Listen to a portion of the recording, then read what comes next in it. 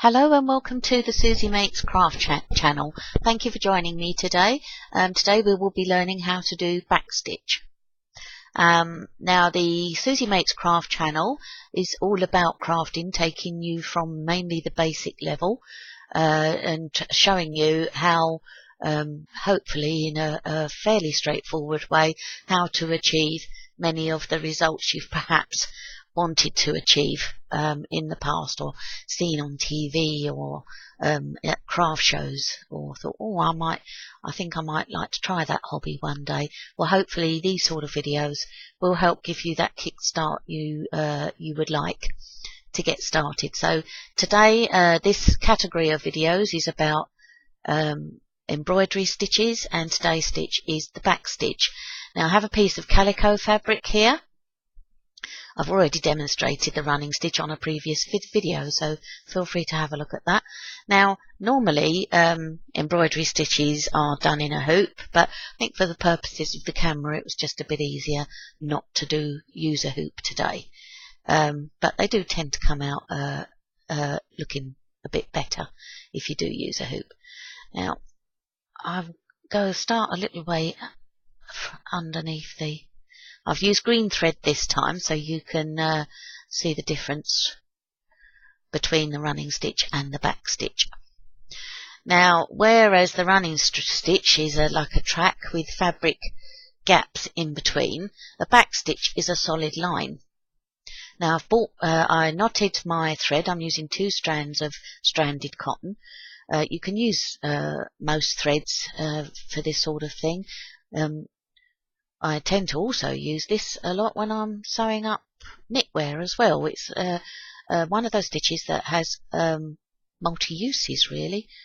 Very, very handy. So I knotted my thread, brought it up underneath the fabric to the starting point. Now, I always say, always remember, wherever your needle point goes, your thread will follow. So we decide on the size. I'm going to do quite big back stitches so that it will pick up easier on camera. We decide where we want to go, how big we want our stitch, put our needle. You see, that's where the thread starts, that's where I'm putting my needle, so my stitch will be this big. And take your needle through.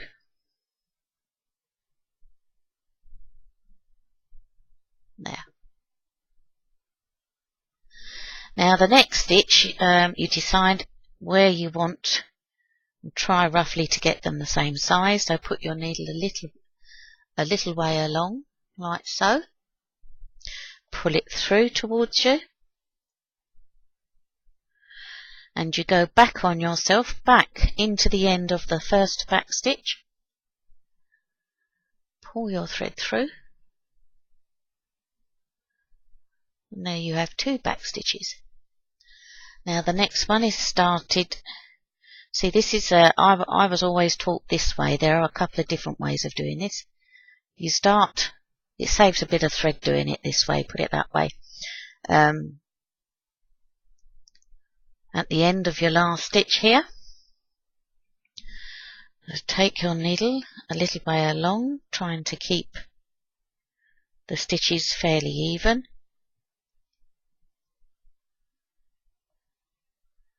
Pull your thread through, so that's your 3rd stitch.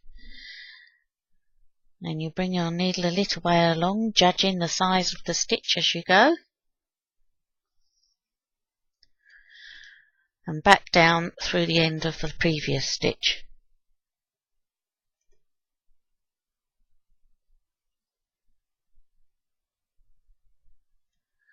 So you see you're getting a line of back stitches there.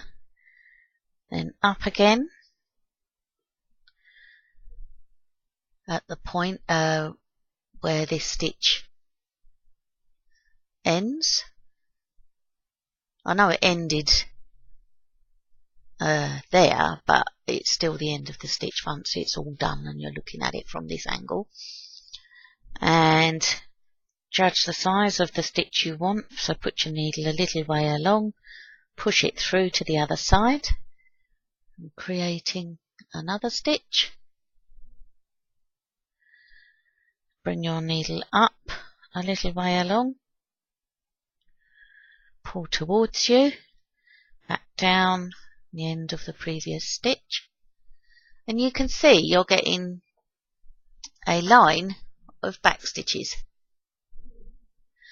Now this stitch is very good for outlining.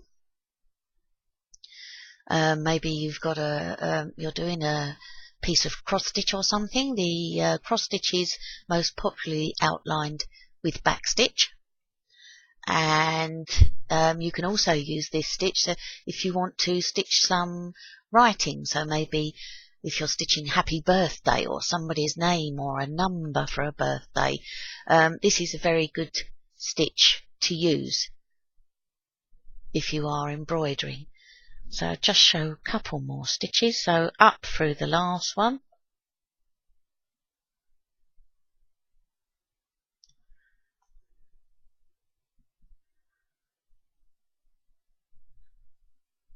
judge the size of your stitch, little way along, pull your thread through, judge the size again, coming back the other way, pull through towards you, and back down at the end of the last stitch.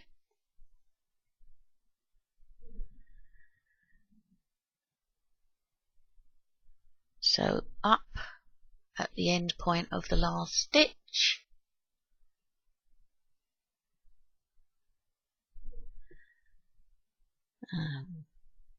needle a little way along the fabric, pull through to the other side,